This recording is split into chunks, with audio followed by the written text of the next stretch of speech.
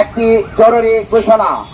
এত দ্বারা সকল রোডের চলাচলরত সিএনজি চালক ভাইদেরকে জানানো যাইতেছে যে কারিগরি ত্রুটির কারণে মহেশখালীস্থ এলএনজি টার্মিনাল সমূহ হইতে RLNG সরবরাহ 450 MMCFD হ্রাস পাওয়ায় পরিস্থিতি উন্নতি না হওয়া পর্যন্ত তিতাস গ্যাস অধিযুক্ত এলাকার সকল শ্রেণীর গ্রাহক প্রান্তে গ্যাসের তীব্র স্বল্পচাপ বিরাজ করবে।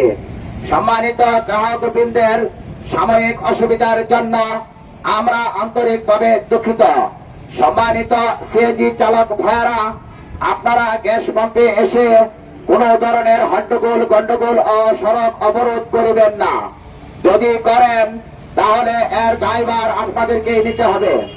আদেশক্রমে তিতাস গ্যাস কর্তৃপক্ষ এবং ময়মনসিংহ জেলা সিএনজি মাহেন্দ্র মালিক সমিতির সভাপতি জনাব জিল্লুর রহমান এবং ময়মনসিংহ জেলা অটো সিএনজি মাহেন্দ্র শ্রমিক ইউনিয়ন 019-এর সাধারণ সম্পাদক জনাব দেবব্রত দাস দুকুল ভাই ঘোষণাটি শোনার জন্য ধন্যবাদ।